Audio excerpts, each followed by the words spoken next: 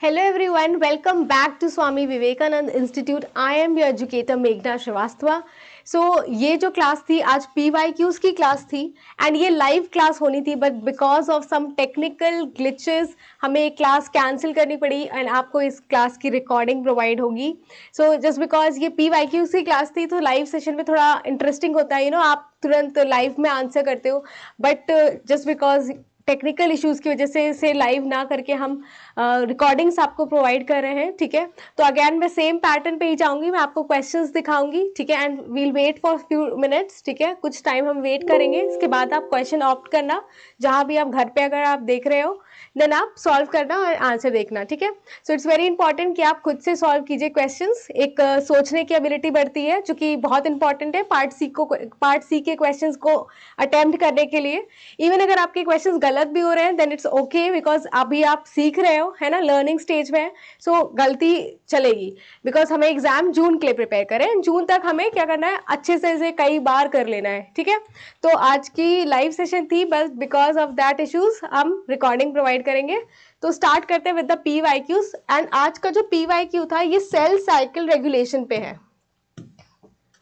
सो cell cycle regulation की भी classes मैंने 2 क्लासेस पोस्ट हो गई हैं. ठीक है, आप जा करके प्लेलिस्ट में देख सकते हैं. ठीक है, सेल बायोलॉजी यूनिट चल रही है हमारी, ऑलमोस्ट कंप्लीट हो गई है सब कुछ, बहुत सारे टॉपिक्स मैंने कंप्लीट कर दिए. सेल साइकिल रेगुलेशन की 2 पार्ट जा चुकी है, लास्ट पार्ट भी मैं अपलोड करूंगी जल्दी. सो आज की क्लास क्या है, PYQs, जिसमें हम कुछ सेल साइकिल रेगुलेशन के ही क्वेश्चन देखेंगे जो ऑलरेडी अपलोडेड वीडियोस है उसी से रिलेटेड. आप ट्राई करना, सॉल्व करना. होप आप सब सही हैं. Let's start. सो ये हमारा फर्स्ट क्वेश्चन है, जून 2012 का क्वेश्चन है. ठीक है, इस क्वेश्चन को देखिए, समझिए एंड सॉल्व करने की कोशिश कीजिए. एंड ये सेम पैटर्न पे मैंने एक स्लाइड आपको दी थी मेन क्लास में, तो आपको ये सॉल्व होना चाहिए अगर आपने वो क्लास देखी है तो. Just try the questions. मैं थोड़ा सा वेट कर ले रही हूँ क्योंकि आई एम अज्यूमिंग कि आप ये क्वेश्चंस खुद से करेंगे घर पे. ठीक है,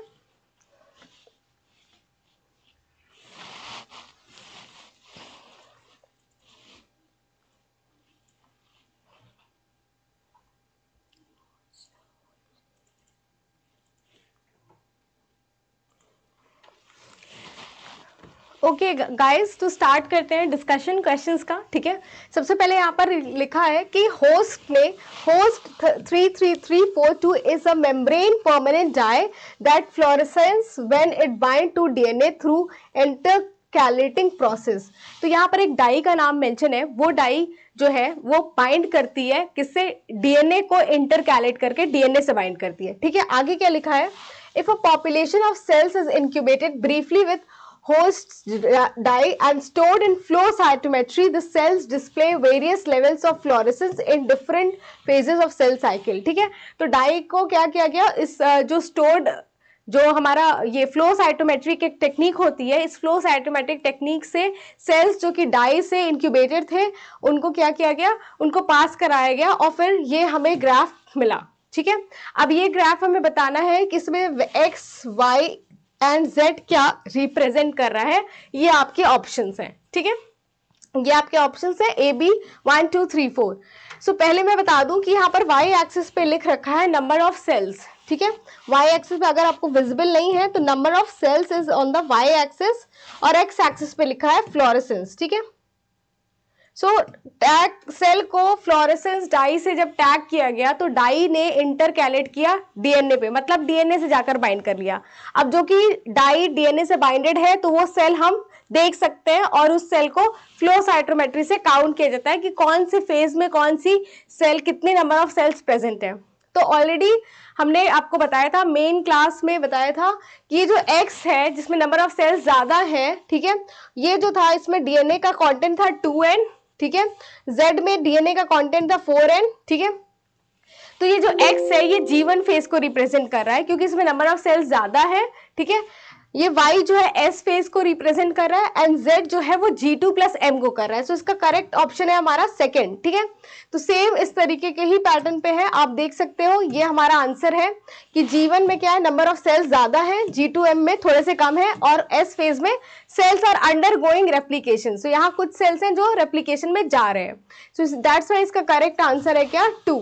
ठीक है, सो ये हमारा क्वेश्चन था, बहुत ही सिंपल क्वेश्चन था जिसमें बेस था फ्लोरेसेंस पे, एंड ये मैंने आपको ऑलरेडी मेन क्लास के स्लाइड में आपको प्रोवाइड किया था। चलिए नेक्स्ट क्वेश्चन पे चलते हैं, ये क्वेश्चन आपसे हो जाना चाहिए था। सो ये क्वेश्चन हमारा फरवरी 2022 का फर्स्ट शिफ्ट का क्वेश्चन है, ठीक है। अब ये क्वेश्चन काफी इजी क्वेश्चन है। अगेन मैंने आपको सेल साइकिल रेगुलेशन की क्लास में फर्स्ट जो पार्ट है उसमें मैंने आपको साइक्लिन सीडी के कॉम्प्लेक्स का सब कुछ पढ़ाया था, कितने टाइप्स के होते हैं, उसी पे बेस्ड ये क्वेश्चन है, मेमोरी बेस्ड क्वेश्चन है। ट्राई करिए आप खुद से सॉल्व करने का। सो एक बार आप खुद से ट्राई करें क्वेश्चन को सॉल्व करने का। मैं आपको टाइम दे रही हूं, इन केस अगर आप घर पे ये रिकॉर्डिंग देखें तो आप खुद से ट्राई करें क्वेश्चन को सॉल्व करने का। इट्स वेरी इंपॉर्टेंट, ठीक है, आपका खुद का भी रिविजन होता है, right. So let's solve the question, ठीक है, थोड़ा वेट कर लेते हैं फर्स्टली। सो ऑप्शंस को देखिए एंड रिकॉल करिए। क्वेश्चन बहुत इजी है और ये फरवरी 2022 का क्वेश्चन है, काफी रीसेंट क्वेश्चन है। सो पार्ट बी में इस तरह के क्वेश्चंस भी आ जाते हैं जो काफी इजीली आप अटेम्प्ट कर सकते हैं, ठीक है।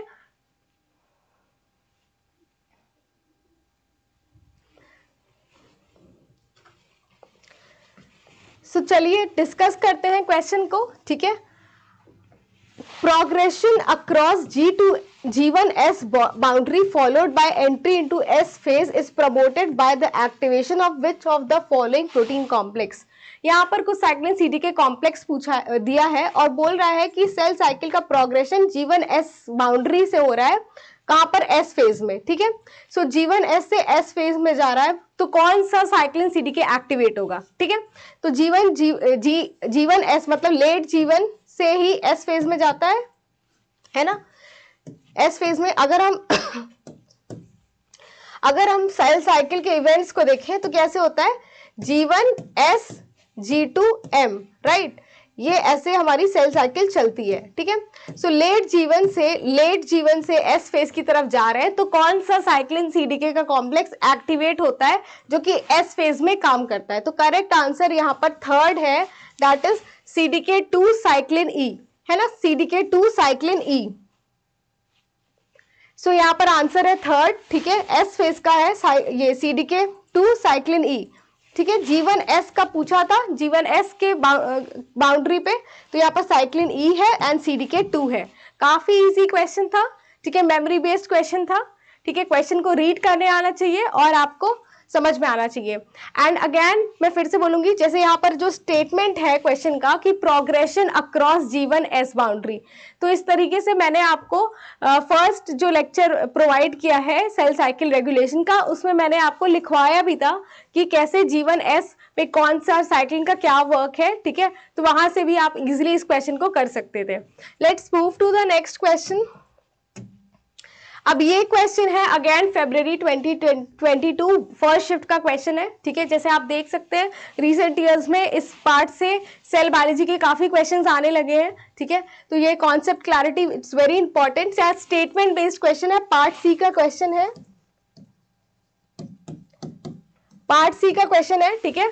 सो इस क्वेश्चन को सॉल्व करिए, काफी इजी क्वेश्चन है। एलिमिनेशन का कॉन्सेप्ट यूज करना है, स्टेटमेंट सही लगे आप ऑप्शंस देख करके एलिमिनेट करिए गलत ऑप्शन को और करेक्ट आंसर तक आप पहुंचिए। तो अगेन मैं इसके लिए 1 मिनट का टाइम दे रही हूँ। लेट्स से अगर आप घर पे सॉल्व कर रहे हैं, आप देखिए क्वेश्चन को और सॉल्व करने की कोशिश करिए।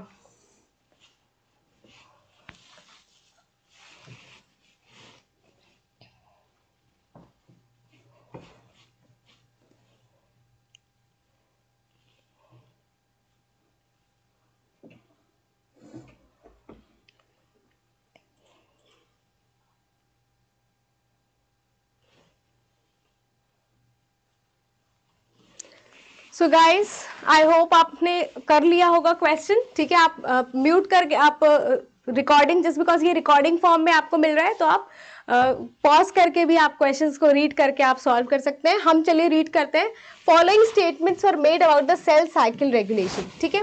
तो कुछ स्टेटमेंट सेल साइकिल रेगुलेशन का यहाँ पर दे रखा है, आपसे पूछा है कि कौन सा करेक्ट ऑप्शन है। पहला स्टेटमेंट पढ़ते हैं, ए statement, de novo synthesis and destruction of cyclin B are essential for cell cycle progression in yeast, ठीक है। तो क्या पूछ रहा है, क्या बोला है, de novo synthesis and destruction of cyclin B essential है सेल साइकिल प्रोग्रेशन के लिए ईस्ट में। डी नोवो सिंथेसिस का क्या मतलब होता है कि सिंथेसिस फ्रॉम स्क्रैच, ठीक है, मतलब एकदम स्क्रैच से किसी चीज का बनना, डी नोवो, ठीक है, नया बनना, ठीक है। तो डी नोवो सिंथेसिस और destruction of cyclin B are essential for cell cycle regulation in yeast. बिल्कुल सही है, ठीक है। क्यों सही है, क्योंकि ईस्ट में क्या होता है, साइक्लिन बी जो है वो किस फॉर्म में पाता है, दूसरे नाम से जानते हैं, सीडीसी के नाम से जानते हैं, राइट। तो ये पूछा है कि इसका, तो हमने ये पढ़ा था कि साइक्लिन क्या होते हैं, सिंथेसाइज होते हैं और डिग्रेड होते हैं, है ना। हर सेल साइकिल में सिंथेसाइज होंगे, डिग्रेड करेंगे, तभी सेल साइकिल आगे प्रोग्रेस करती है इन द नेक्स्ट फेज, ठीक है।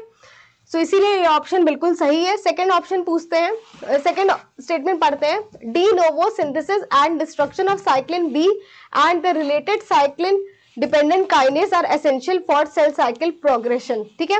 अब यहाँ पर इन्होंने क्या बोल दिया है कि डी नोवो सिंथेसिस और डिस्ट्रक्शन दोनों का होगा, साइक्लिन बी का और सीडीके का दोनों का होगा, ये दोनों का होता है, जरूरी होता है फॉर सेल साइकिल प्रोग्रेशन। मुझे ये स्टेटमेंट बिल्कुल गलत लग रहा है, क्योंकि सीडीके कभी भी डिस्ट्रक्शन सीडीके का नहीं होता है। सीडीके जो होते हैं वो इन एक्टिव होते हैं, ना कि डिस्ट्रॉय होते हैं, ठीक है। सीडीके क्या होते हैं, कांस्टेंट रहते हैं, वो वैसे ही रहते हैं, बस वो एक्टिव इनएक्टिव होते हैं। और डिस्ट्रक्शन किसका होता है, साइक्लिन का।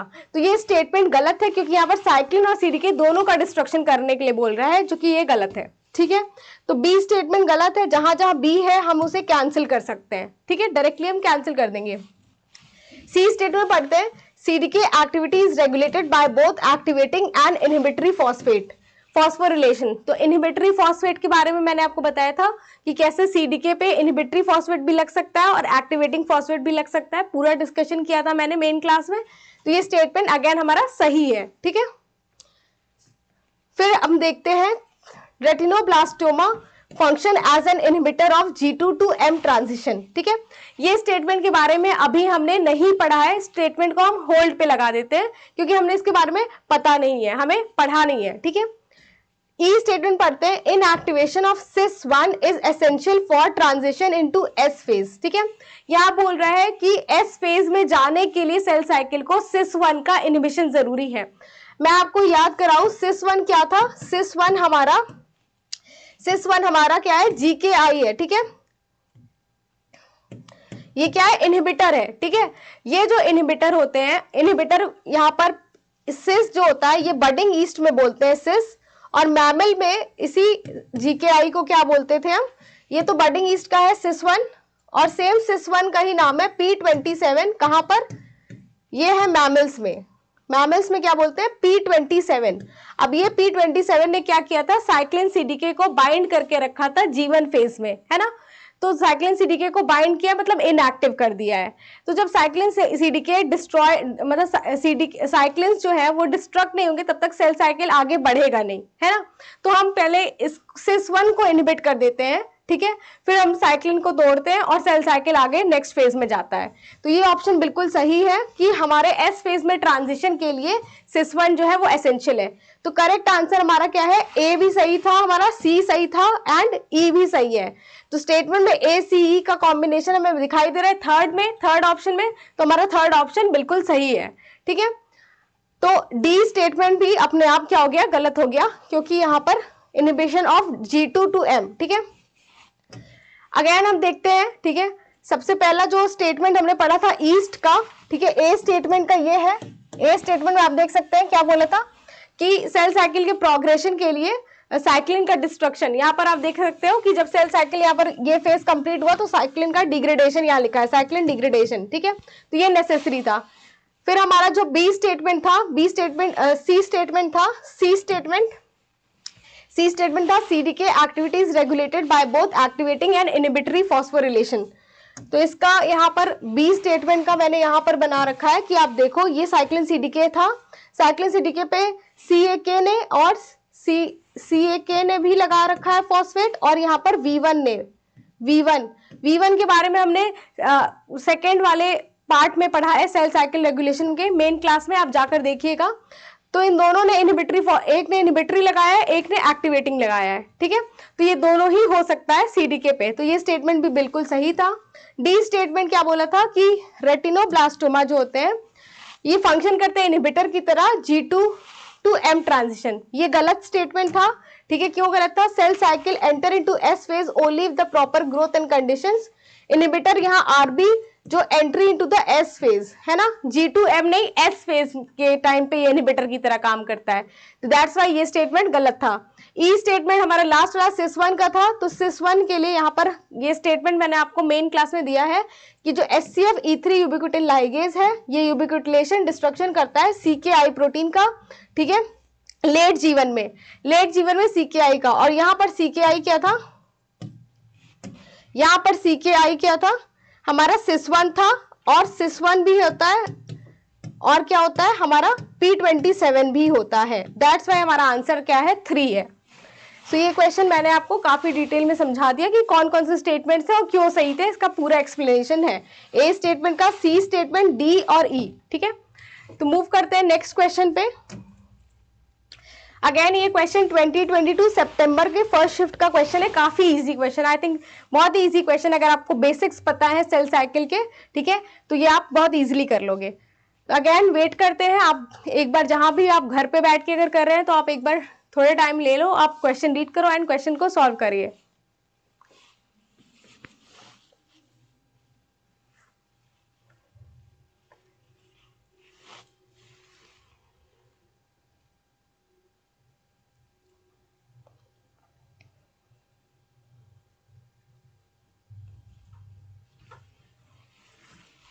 Okay, let's read the question. ये क्वेश्चन नंबर 4 है, रीड करते हैं। Individual chromosomes are clearly seen during which of the phase of cell cycle? Correct answer हमारा 4 है, एम फेज में हमें बहुत ही इजीली जो है क्रोमोसोम जो है क्लियरली दिखता है, ठीक है। अगेन यहाँ पर मेटा एम फेज के यहाँ फेजेस है, prophase, prometaphase, metaphase, anaphase, telophase, and यहाँ पर दोनों सेल डॉटर सेल्स बनी है। तो आप देख सकते हो मेटाफेज में जो है क्रोमोसोम हमें क्लियरली विजिबल होता है, क्योंकि एकदम सेंटर पे स्पिंडल फाइबर से अटैच्ड होता है, क्लियरली विजिबल होता है, that's why the answer is 4th। Let's move to the next question. Next question पे चलते हैं। ये अगेन सितंबर 2022 फर्स्ट शिफ्ट सेकंड शिफ्ट का क्वेश्चन है। अगेन ये काफी इजी क्वेश्चन है, थोड़ा सा आपको अपना इंटेलिजेंस यूज करना है, ठीक है, ब्रेन यूज करना है। तो सॉल्व करते हैं क्वेश्चन को।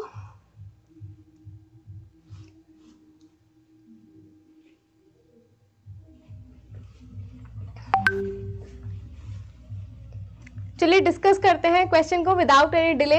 To study the cell cycle progression for cultured mammalian cell which one would typically not use, पूछ रहा है यहाँ पर कि जैसे अभी हमने देखा था ना कि फैक्स वो फ्लोरेसेंस कर दे रहे थे, है ना, तो इस तरह के हम अलग अलग टेक्निक से हम लोग क्या देखते हैं, सेल साइकिल के प्रोग्रेशन को हम लैब में देख सकते हैं और समझ सकते हैं, ठीक है। कुछ यहाँ पर चीजें मेंशन्ड है और पूछा है कि किसमें कौन सा ऐसा ऑप्शन है जिसे हम नहीं यूज कर सकते हैं फॉर सेल साइकिल प्रोग्रेशन को स्टडी करने के लिए, ठीक है।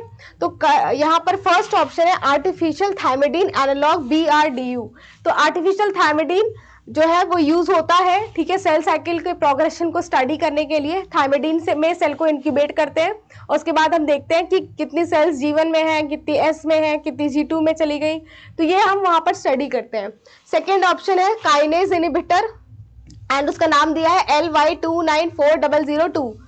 थर्ड है फ्लो साइटोमेट्री एनालिसिस, बिल्कुल सही है। फ्लो साइटोमेट्री से अभी हमने देखा फ्लोरेसेंस डाई से टैग करके क्या करते हैं, फ्लो साइटोमेट्री से ही सेल को पास करा रहे थे, है ना। लाइव सेल इमेजिंग, ठीक है, तो लाइव सेल इमेजिंग से भी हम लाइव सेल के भी इमेजिंग से हम देख सकते हैं सेल को, बट यहाँ पर जो है हम यूज नहीं करेंगे, कौन सी टेक्निक को यूज नहीं करेंगे, हम काइनेज इनहिबिटर को यूज नहीं करेंगे। सो करेक्ट आंसर है हमारा सेकंड। काइनेज इनहिबिटर को क्यों नहीं करेंगे यूज, क्योंकि यूजुअली जब हम देख रहे हैं सेल साइकिल में बहुत सारे काइनेजेस काम कर रहे हैं, कुछ एक्टिवेटिंग है, कुछ इनहिबिटरी काइनेजेस है। अगर हम काइनेज इनहिबिटर का यूज करेंगे सेल साइकिल को देखने के लिए तो ये जा करके इंटरफेयर कर सकता है सेल साइकिल से, राइट। तो दैट्स व्हाई करेक्ट आंसर है काइनेज इनहिबिटर, और काइनेज इनहिबिटर का हम यूज नहीं करेंगे सेल साइकिल प्रोग्रेशन की स्टडी के लिए। सो अगेन करेक्ट आंसर 2 है। आई होप आपको समझ में आ गया है कि करेक्ट आंसर हमारा 2 क्यों है, ठीक है। Let's move to the next question. Next question की तरफ चलते हैं। अगेन यहाँ पर टेबल दी है, मैच द कॉलम। ये पार्ट सी का क्वेश्चन है, और पार्ट सी में मैंने ऑलरेडी आपको बताया है मैच द कॉलम्स आता है, और ये आपके करने के लिए, अटेम्प्ट करने के लिए काफी इजी होता है। अगर आप थोड़े बहुत भी अगर आपको पता है तो आप इजी आंसर तक जा सकते हैं। तो अगेन ट्राई करिए। तो यहाँ पर कुछ रेगुलेटरी प्रोटीन्स के नाम मेंशन्ड है, ठीक है, ऑन द लेफ्ट साइड, और राइट साइड पे उसके फंक्शंस हैं। आपको क्या करना है, मैच द कॉलम करना है। मैंने सबके बारे में ऑलरेडी डिस्कस किया है, मेन वीडियो जो सेल साइकिल रेगुलेशन का जो वीडियो गया है, ठीक है, पार्ट 1 एंड पार्ट 2, वहां मैंने डिस्कस किया है। आप बहुत इजीली इसे अटेम्प्ट कर सकते हैं। So let's read the question. Table दे रखा है, ठीक है, हमें मैच करना है। सबसे पहला है सीडीके एक्टिवेटिंग काइनेज, सीएके किससे मैच करेगा? अगर हम रिकॉल करें तो एक्टिवेटिंग काइनेज है, ये कहीं ना कहीं सीडीके को एक्टिवेट करता है, ठीक है। सो यहाँ पर फर्स्ट ऑप्शन में है सप्रेस कर रहा है, पहला वर्ड है सप्रेस कर रहा है, ठीक है, फॉस्फोलेट इनहिबिटरी साइट्स, लेकिन यहाँ कह रहा है फॉस्फोरिलेट्स एंड एक्टिवेटिंग साइट, ठीक है। तो करेक्ट सीएके जो होगा इसका क्या होगा, फोर्थ, ठीक है। अगर हम देखें ए का फोर्थ, पहला ही हमें दिखाई दे रहा है ए का फोर्थ, तो हमारा करेक्ट आंसर यहीं से निकल गया। लेकिन हम आगे देखते हैं, बी का थर्ड है, बी क्या है यहाँ पर, V1 काइनेज। V1 काइनेज क्या कर रहा था, इनहिबिटरी फॉस्फेट को ऐड कर रहा था, ठीक है। सो फॉस्फोरिलेट इनहिबिटरी साइट इन सीडीके, इनहिबिटरी साइट पे सीडीके के इनहिबिटरी फॉस्फेट को ऐड करता है V1। ये हमने लास्ट वीडियो में पढ़ा था सेल साइकिल रेगुलेशन के, ठीक है। Primarily involved in suppressing cell CDK1 activity before mitosis.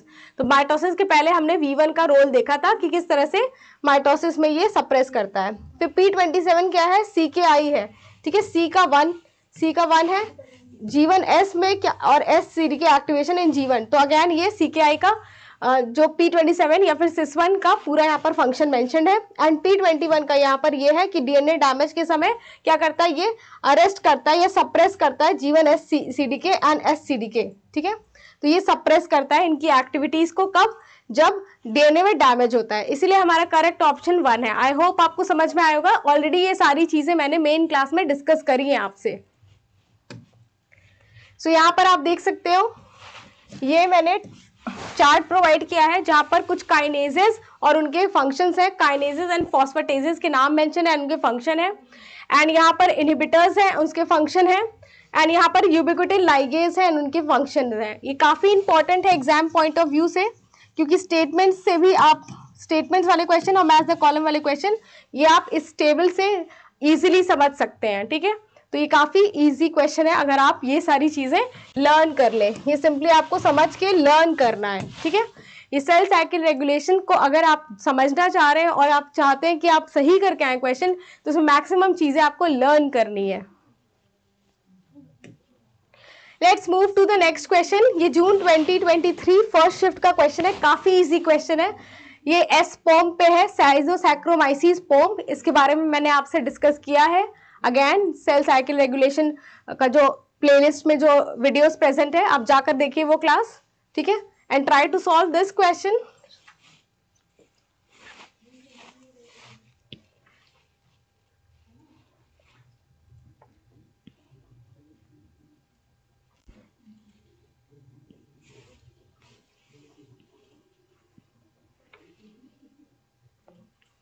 Okay, let's read the question. Question क्या कह रहा है, a temperature sensitive S pombe, S pombe को बोल रहा है कि एक temperature sensitive S pombe mutant है, ठीक है, एस पोम का एक म्यूटेंट है, exhibit cells cycle arrest both at the G1 to S as well as G2 to M transition phase, this is possibly a mutant of. तो S pome के हमने cyclin CDK पढ़े थे, और पूछ रहा है यहाँ पर कि ये म्यूटेंट जो है यहाँ पर सेल साइकिल को अरेस्ट कर रहा है G1 to S और G2 to M।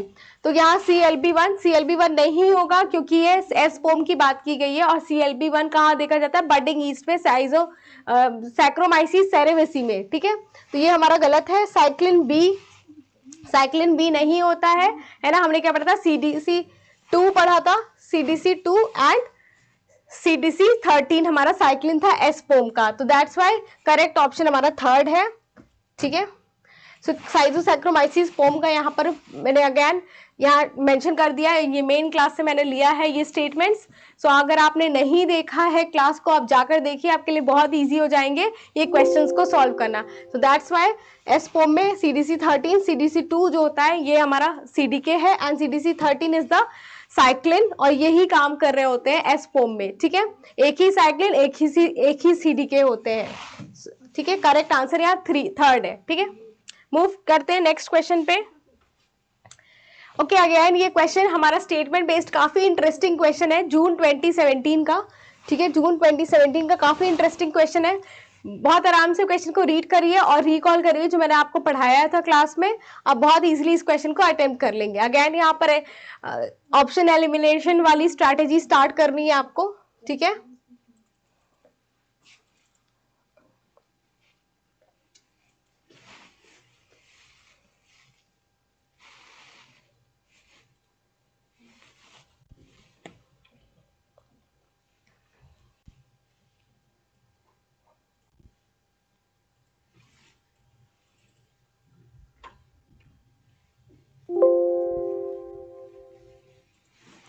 Okay guys, चलिए रीड करते हैं क्वेश्चन को। इन साइटोसैक्रोमाइसिस फॉर्म में द रेसेसिव, एक रेसेसिव और एक डोमिनेंट म्यूटेंट दे रखा है। ठीक है, जिसका ऑपोजिट फिनोटाइप है। एक है CDC2R, ठीक है, और एक है CDC2D। ठीक है, तो यहाँ पर दो म्यूटेंट के नाम मेंशन किया गया है साइटोसैक्रोमाइसिस फॉर्म का, जिसके पास ऑपोजिट फिनोटाइप्स है। ठीक है, while CDC2D produce abnormally small cell, CDC2R produce abnormally long cell। अब ये जो CDC2R है ये लॉन्ग सेल्स बना रहा है, ये क्या है, म्यूटेंट है। म्यूटेंट है तो क्या बना रहा है ये, CDC2R long cells and CDC2D small cells बना रहे हैं। ठीक है, अब यहाँ पर पूछा है कि इसमें से पॉसिबल क्या हो सकता है। ठीक है, पहला स्टेटमेंट है CDC2D में लैक इंटरेक्शन विथ V1। ठीक है, CDC2D जो है ये V1 से इंटरेक्शन नहीं कर रहा है, इसलिए ये स्मॉल है ना। ये हमें देखते हैं सही है कि नहीं। ठीक है, फिर यहाँ बोल रहा है CDC2R may not interact with CDC13 kinase. ठीक है, CDC2R जो है वो 13 काइनेज से इंटरैक्ट नहीं कर रहा है। ठीक है, CDC2D may not interact with CDC25 phosphatase. 2D की बात कर रहा है, ये फॉस्फेटेज से इंटरैक्ट नहीं कर रहा है। ठीक है, अब अगर बात करें हम, अगर समझे इस चीज को, तो V1 से अगर इंटरैक्ट नहीं करेगा, ठीक है, V1 से अगर इंटरैक्शन नहीं होगा, V1 क्या करता है, V1 यहाँ पर इनहिबिटरी फॉस्फेट लगा रहा है। ठीक है, हमने पूरा मेन क्लास में पढ़ा है, इसीलिए मैं शॉर्ट में बता रही हूँ कि जब हम सेल साइकिल पढ़ रहे थे फिशन ईस्ट का, हमने क्या देखा था कि साइक्लिन CDK कॉम्प्लेक्स जब एक साथ आ जाते हैं तब भी इनएक्टिव है, क्योंकि CAK ने तो एक्टिवेटिंग फॉस्फेट लगाया है CAK ने, और लेकिन V1 ने इनहिबिटरी फॉस्फेट भी लगा दिया, इसलिए ये हमारा इनएक्टिव है। ये इनएक्टिव क्यों है कि जो हमारी सेल है G2 फेज की फिशन ईस्ट सेल, वो एक अप्रोप्रिएट साइज गेन कर ले। ठीक है, ताकि एक अप्रोप्रिएट साइज गेन कर लेगी जब, तो वो जब नेक्स्ट स्टेप में माइटोसिस के लिए जाएगी तो वो एक अप्रोप्रिएट डॉटर सेल्स के सेल बनाएगी। ठीक है, तो यहाँ पर क्या बोल रहा है कि पहला स्टेटमेंट क्या कह रहा है, CDC2D में लैक इंटरेक्शन विद V1। अब CDC2D क्या है, बहुत छोटा है। ठीक है, छोटा सेल है। सो CDC2C छोटा कब था, CDC2C जो था हमारा, जो हमारे छोटे सेल्स कब बन रहे थे, जब हमारा V1 जो था वो म्यूटेटेड था। V1 म्यूटेट था तो क्या होगा, V1 म्यूटेट अगर रहेगा तो यहाँ सेल्स जो होंगे वो अप्रोप्रिएट साइज नहीं गेन किए रहेंगे, तभी क्या होंगे, तुरंत ही डिवीजन के लिए चले जाएंगे, है ना। V1 ने रोक रखा था कि ग्रो करे सेल G2 में। ठीक है, बट जो कि V1 हमारा है नहीं, तो क्या हुआ, सेल छोटे रह गए, क्योंकि जो छोटे साइज के सेल थे वही डिवाइड किए और छोटे हो गए। ठीक है, तो दैट्स वाई यहाँ पर CDC2D स्मॉल सेल्स है। तो ये माना जा सकता है कि ए स्टेटमेंट क्या कह रहा है कि CDC2D में लैक इंटरेक्शन विथ V1, ये सही हो सकता है ना। V1 से अगर इंटरैक्ट किया होता तो एक अप्रोप्रिएट साइज गेन कर लेता, तब वो डिवाइड करता, बट CDC2D स्मॉल सेल्स है, इट मीन्स कि V1 नहीं था। ठीक है, तो बिना अप्रोप्रिएट साइज किए गए G2 में तुरंत ही वो M फेज में चले गए और वहां डिवीजन हो गया। दैट्स वाई हमारा ए जो है वो सही लग रहा है। सी पढ़ते हैं, CDC2D may not interact with CDC25 phosphatase। ठीक है, CDC25 phosphatase से इंटरैक्ट नहीं किए इसलिए छोटे रह गए। ठीक है, अगर हम देखें जब CDC25 जो था, CDC25 जब म्यूटेटेड था तो हमने क्या देखा था, सेल बहुत ही लॉन्ग थे। यहाँ क्या बोल रहा है, CDC25 से इंटरैक्ट नहीं किए हैं तो लॉन्ग है, गलत है ना। CDC25 से अगर इंटरैक्ट किए होता 2D ने तो क्या होता, तब वो लॉन्ग सेल होता है, लेकिन ये स्मॉल सेल है, इट मीन्स ये गलत है। ठीक है, may not interact with CDC25, अगर इंटरैक्शन नहीं हुआ होता तो छोटे नहीं सेल्स होते, बड़े म्यूटेंट होते हैं ये, लेकिन CDC2D स्मॉल सेल्स है, इट मीन्स कि यहाँ इंटरैक्शन नहीं हुआ है।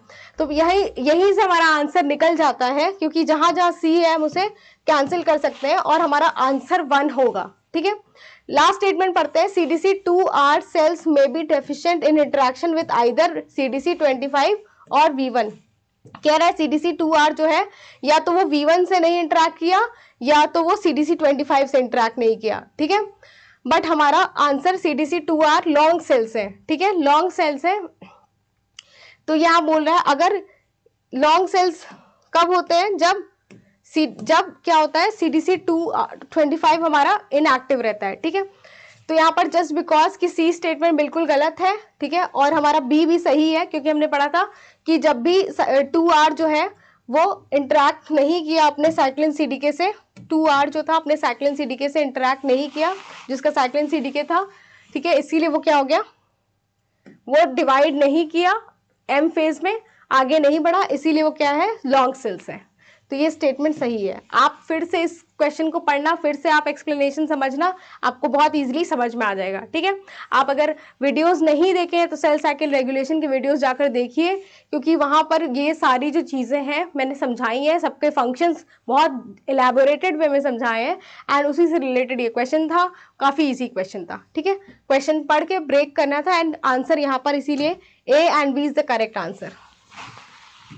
ठीक है, let's move to the next question.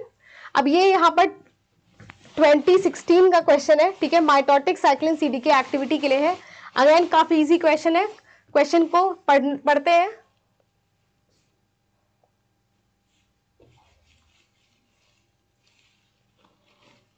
Okay, let's read the question. Mitotic cyclin CDK activity peaks in M phase. This is because कह रहा है M phase में mitotic जो M cyclin CDK है वो बहुत ही उनका लेवल बढ़ जाता है। क्यों? पहला ऑप्शन है mitotic cyclin is synthesized only in M phase। यह बोला है M phase में ही वो बनता है, इसलिए वो बढ़ जा रहा है। दूसरा है threshold level of mitotic cyclin accumulate only in late G2। तो कह रहा है अक्यूमुलेट लेट G2 में हो रहा है, इसलिए वो पी कितनी ज्यादा है M phase, mitotic cycle CDK की M फेज में। थर्ड है cyclin subunit is activated by phosphorylation only in M phase. Fourth is the kinase subunit is activated by dephosphorylating. तो हमारा करेक्ट आंसर यहाँ पर fourth है कि जो काइनेज सब यूनिट है ये एक्टिवेट होता है by dephosphorylation only in M phase. यहाँ पर आप देख सकते हैं ये हमारा माइटोसिस है, M फेज चल रहा है, CDK1 M साइक्लिन। ठीक है, सबसे पहले क्या हुआ, इनएक्टिव M साइक्लिन CDK है। ठीक है, यहाँ पर फिर CAK ने क्या किया, एक्टिवेटिंग काइनेज लगाया, V1 ने इनएक्टिवेटिंग काइनेज लगाया। ठीक है, तो भी ये हमारा कॉम्प्लेक्स इनएक्टिव है। फिर CDC25 ने क्या किया, इनहिबिटरी फॉस्फेट को रिमूव कर दिया जो V1 ने लगा रखा था, और हमारा ये कॉम्प्लेक्स एक्टिव हो गया। ठीक है, दैट्स वाई हमारा करेक्ट ऑप्शन इस क्वेश्चन का क्या था कि जो काइनेज सब यूनिट है वो एक्टिवेट तब होता है जब डीफॉस्फोरिलेशन होता है। डीफॉस्फोरिलेशन कौन कर रहा है, CDC25 फॉस्फेटेज। ठीक है, फॉस्फेटेज ये क्या कर रहा है, ये रिमूव कर रहा है, ये क्या कर रहा है, ये रिमूव कर रहा है या रिवर्स कर रहा है V1 के एक्शन को। ठीक है, V1 ने क्या किया था, इनहिबिटरी फॉस्फेट लगाया था, ये इनहिबिटरी फॉस्फेट को रिमूव कर रहा है CDC25 और हमारा MCDK एक्टिव हो जाता है। ठीक है, और पीक उसका हमें M फेज में ही दिखाई देता है, माइटोटिक फेज में। अब यहाँ पर लास्ट क्वेश्चन है इस सेशन का। ठीक है, ये काफी इजी क्वेश्चन है, फिर अगेन द सेम क्वेश्चन जो मैंने पहला फर्स्ट क्वेश्चन था उसी से रिलेटेड क्वेश्चन है। पूछ रहा है यहाँ पर to assess the impact of newly identified drug when added to the culture of subconfluent HeLa cells, researchers analyses the fluorescence activated cell sorting profile of untreated versus treated. तो ठीक है, यहाँ पर एक ड्रग है। ठीक है, ये जो सेल्स थे जो फ्लोरेसेंस के लिए जा रहे थे, उस सेल्स को ट्रीट किया गया ड्रग से। एक तरफ ड्रग का ट्रीटमेंट हुआ है प्लस है, एक तरफ ड्रग का ट्रीटमेंट नहीं हुआ है, ठीक है। जहां ड्रग का ट्रीटमेंट नहीं हुआ है वहां में पीक्स नॉर्मल दिखाई दे रहे हैं, लेकिन ड्रग के ट्रीटमेंट के बाद हमें सिर्फ एक ही पीक दिखाई दे रहा है। हमें क्वेश्चन पूछा है कि क्या इसमें ड्रग ने कौन सा फेज इनहिबिट किया। पहला ऑप्शन है G1 phase of the cell cycle, second is S phase of the cell cycle, third is G2M phase of the cell cycle, fourth is G0 phase of cell cycle. तो यहाँ पर correct option है हमारा S phase, ठीक है। S phase जो था वो ड्रग जो था वो S फेज को इनहिबिट कर रहा था। क्यों? अगर आप यहाँ पर ग्राफ को देखें, जब एक ही पीक मिली है, ये पीक रिप्रेजेंट करती है G1 को, है ना, ये करती है S को और ये करती है G2+M। सो S फेज में क्या हो रहा है, नंबर ऑफ सेल्स हमें बिल्कुल भी नहीं दिखाई दे रहा है, ठीक है। और ये हम यहाँ पर ये अज्यूम कर सकते हैं कि जो G1 के सेल्स थे वो सारे क्या हो गए, धीरे धीरे जब रेप्लिकेशन के बाद 4N जो है डीएनए कंटेंट में कन्वर्ट हो गया और G2M में आ गए, ठीक है, G2M फेज में आ गए, ठीक है। तो यहाँ S फेज जो बीच में पड़ता है वो कंप्लीटली गायब है, ठीक है, बिल्कुल नहीं है, लगभग 0 है। तो यहाँ पर ये अज्यूम कर सकते हैं कि S फेज को इनहिबिट कर रहा है, ठीक है। तो दैट्स वाई करेक्ट ऑप्शन हमारा सेकेंड है कि S phase of the cell cycle is inhibited. तो यहाँ पर अगेन आप देख सकते हैं, यहाँ सब कुछ मैंने बता रखा है यहाँ पर, ठीक है। S फेज में क्या होता है, रेप्लिकेशन इंक्रीज करता है, डीएनए कंटेंट 2C से 4C होता है, और यहाँ पर 2C से 4C हो जाता है, ठीक है। और G2M में क्या होता है, 4C ही रहता है, और साइटोकाइनेसिस के बाद जब डिवाइड करता है सेल तो 2C फिर से हो जाता है। तो यहाँ पर आप देख सकते हो, ये अगेन आप रीड कर सकते हैं, आपके कॉन्सेप्ट क्लैरिटी के लिए मैंने यहाँ दे रखा है।